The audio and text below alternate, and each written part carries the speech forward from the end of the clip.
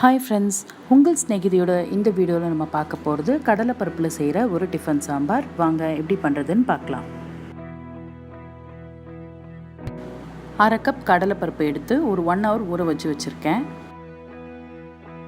1/2 spoon பொட்டுக்கடலை, காரத்துக்கு ஏற்ற மாதிரி மிளகாய் வத்தல், ஒரு தக்காளி, சோம்பு 1 டீஸ்பூன், இஞ்சி ஒரு சின்ன துண்டு, புளி தேவையான அளவு, உப்பு தேவையான அளவு. தாளிக்கிறதுக்கு கடுகு, உளுந்து, ஒரு பெரிய வெங்காயம், காரத்துக்கு ஏற்ற மாதிரி பச்சை மிளகாய், கருவேப்பிலை. இப்போ ஒரு கடாயில் எண்ணெய் ஊற்றி ஹீட் பண்ணியிருக்கேன். அதில் இந்த கடலைப்பருப்பை வதக்கிக்கலாம். இந்த ஊற வச்ச கடலைப்பருப்பை நல்லா பச்சை வாடை போகிற வரைக்கும் நல்லா வதக்கிக்கணும். கடலைப்பருப்பு கொஞ்சம் வதங்கினதும் 1/2 ஸ்பூன் பொட்டுக்கடலை சேர்க்குறேன்.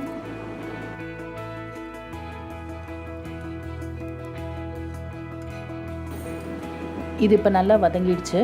இப்போ நான் கட் பண்ணி வச்சுருக்க தக்காளியை சேர்த்துக்கிறேன்.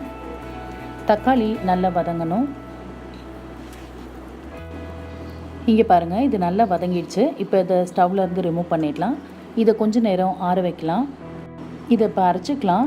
இந்த வதங்கின கடலைப்பருப்போட தக்காளியை சேர்த்துட்டு அதோட இஞ்சி ஒரு துண்டு, தேவையான அளவு மிளகாய் வத்தல், சோம்பு, தேவையான அளவு உப்பு, புளி எல்லாத்தையும் சேர்த்து நல்லா பேஸ்ட்டாக அரைச்சிக்கணும்.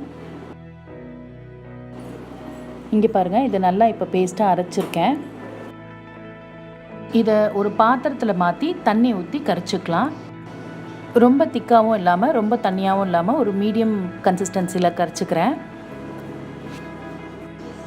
இப்போ இந்த கரைச்சதை ஸ்டவ்வில் வச்சு கொதிக்க விடலாம். இது கொதிக்கிறதுக்குள்ளே நம்ம இந்த பக்கம் தாளிச்சுக்கலாம். கடாயில் எண்ணெய் ஊற்றி ஹீட் பண்ணியிருக்கேன். அதில் கடுகு உளுந்து தாளிச்சுக்கிறேன்.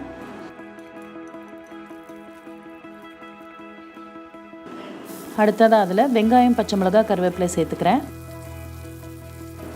இதை நல்லா வதக்கிக்கலாம். இது நல்லா ஓரளவு வதங்கினதும் இது கூட கொஞ்சமாக தண்ணி ஊற்றி ஒரு கொதி விடணும். இது கொதிச்சதும் இதை இப்போ சாம்பாரில் சேர்த்துக்கிறேன். இப்போ அதை நல்லா கலக்கி விட்டு இந்த சாம்பாரை நல்லா கொதிக்க விடலாம்.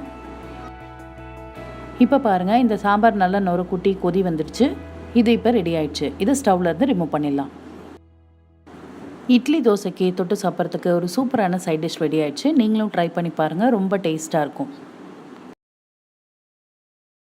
இன்னும் பல சுவாரஸ்யமான டிஃப்ரெண்ட்டான ரெசிபீஸை மிஸ் பண்ணாமல் பார்க்குறதுக்கு உங்கள் ஸ்நேகிதி சேனலை சப்ஸ்கிரைப் பண்ணுங்கள்.